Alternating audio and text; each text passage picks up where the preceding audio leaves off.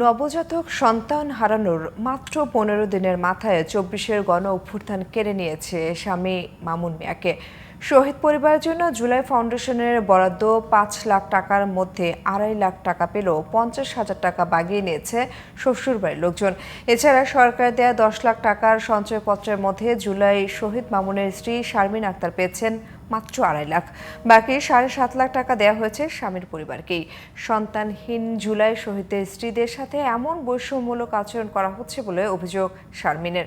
জুলাই শহীদদের নিয়ে জিটিভির মাসব্যাপী আয়োজনে আজ থাকছে শহীদ মামুন মিয়ার স্ত্রী শারমিন আক্তারের জীবন সংগ্রাম। আবুল বাশারের তোলা ছবিতে বিস্তারিত জানাচ্ছেন রফিক মাহমুদ।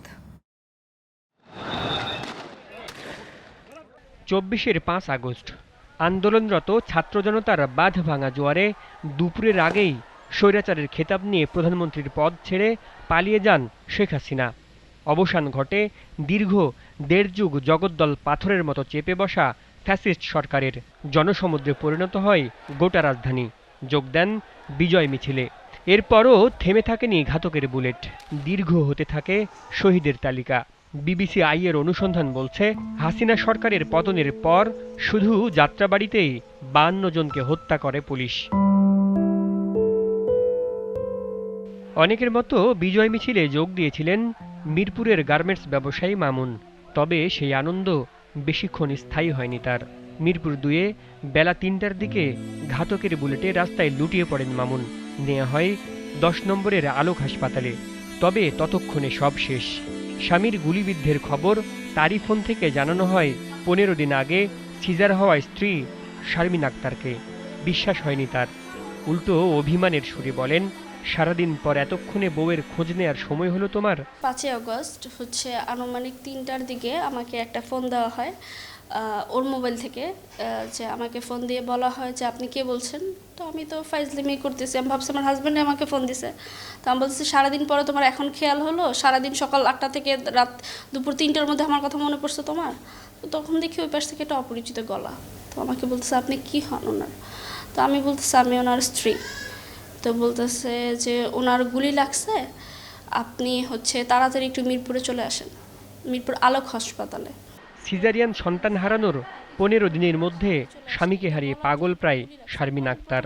দ্বিতীয়বার বললো যে না, ওনার গুলি লাগছে, ওনার কন্ডিশন খুবই ক্রিটিক্যাল, আপনার একটু তাড়াতাড়ি আসেন।